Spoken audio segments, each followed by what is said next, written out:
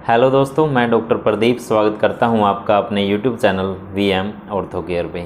आज हम बात करते हैं एक बहुत ही ख़ास टॉपिक के बारे में, जो समस्या हमारे मोस्टली रिलेशन में या परिवार में किसी ना किसी को देखने को मिल ही जाती है।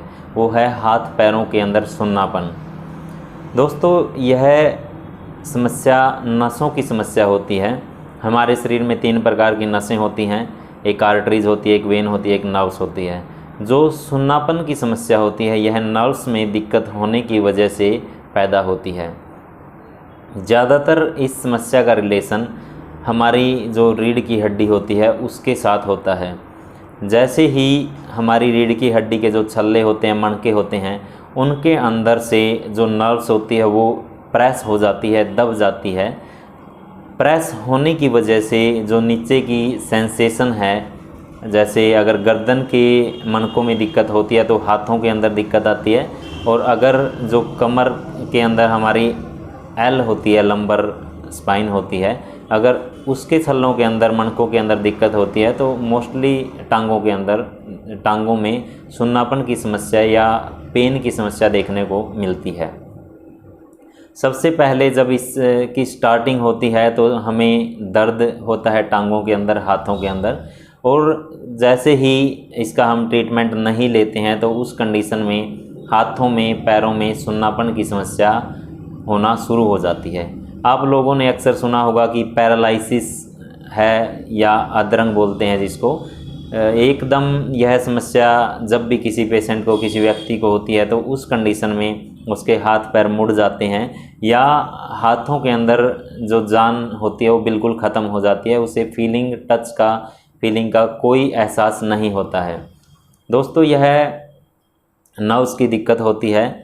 ये एकदम जब जैसे किसी भी चीज़ का अटैक होता है, जैसे हमारे हार्ट पे अटैक होता है, तो वैसे ही उसी तरह ही जब हमारे नर्व्स पे अटैक होता है तो उस कंडीशन में पैरालिसिस की दिक्कत आती है, जिसमें हाथों में व पैरों में नसों के अंदर, नर्व्स के अंदर जो सेंसेशन है वो ख़त्म हो जाती है, और उस कंडीशन में यह दिक्कत आती है। या जब हम कोई वज़न उठाते हैं या कुछ और ज़्यादा हैवी काम करते हैं, या कोई एक्सीडेंटल केस में ऐसी कोई दिक्कत आती है कि हाथों में, पैरों में सुन्नापन होना शुरू हो जाता है। तो दोस्तों, अगर यह दिक्कत किसी भी व्यक्ति को हो जाती है तो उस कंडीशन में हमें सबसे पहले जो हड्डियों व नसों के डॉक्टर होते हैं उनसे मिलना चाहिए।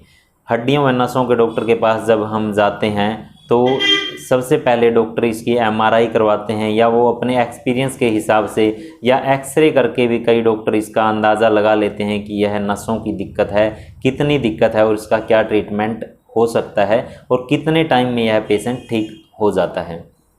तो सबसे पहले इसका एक्सरे होता है दोस्तों। अगर एक्सरे से डॉक्टर को क्लियर नहीं होता तो उस कंडीशन में डॉक्टर इसकी एमआरआई करवा सकते हैं। एमआरआई एक बड़ा टेस्ट होता है। कई बार जो गरीब व्यक्ति होते हैं, गरीब लोग होते हैं, वो इसको अफोर्ड नहीं कर पाते हैं, तो उस कंडीशन में डॉक्टर एक्सरे के हिसाब से ही उसका शुरुआत करता है ट्रीटमेंट की। मोस्टली केस में डॉक्टर का एक्सपीरियंस जो होता है उसके हिसाब से जो डॉक्टर ट्रीटमेंट करता है, तो किसी भी पेशेंट को उससे आराम लग जाता है अगर डॉक्टर का एक्सपीरियंस अच्छा है तो, और डॉक्टर उसका प्रॉपर तरीके से डायग्नोज करके ट्रीटमेंट करता है, तो मोस्टली केस में किसी भी पेशेंट को आराम मिल जाता है। इसमें कितने टाइम में आराम मिलता है ये डिपेंड होता है उस पेशेंट की जो रिकवरी है, शरीर की रिकवरी है, इम्यूनिटी है, उस पर भी डिपेंड होता है। वो परहेज़ कितने करता है, डॉक्टर के अनुसार कितना चलता है, इस पर भी डिपेंड होता है।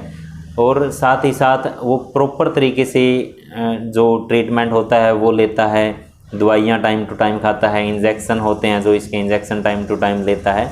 अगर वो प्रॉपर तरीके से इसका ट्रीटमेंट करवाता है तो बहुत ही जल्दी पेशेंट रिकवर हो जाता है। दोस्तों, हमारे पास बहुत से ऐसे पेशेंट आए हैं और आते रहते हैं जिनको हमने बहुत ही अच्छे तरीके से, बहुत ही जल्दी से जल्दी ठीक किया है। जो साइटिका की दिक्कत होती है, यह भी एक नर्व से संबंधित दिक्कत होती है। इसमें भी टांगों के अंदर दर्द और सुन्नापन की समस्या देखने को मिलती है।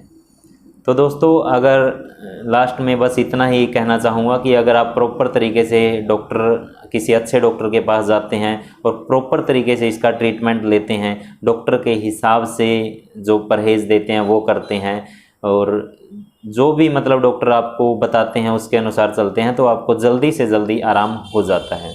आशा करता हूं दोस्तों आपको यह जानकारी अच्छी लगी होगी। अगर वीडियो अच्छी लगी हो तो वीडियो को लाइक कीजिए, चैनल को सब्सक्राइब कीजिए एंड ज़्यादा से ज़्यादा दोस्तों के साथ शेयर कीजिए। Thank you.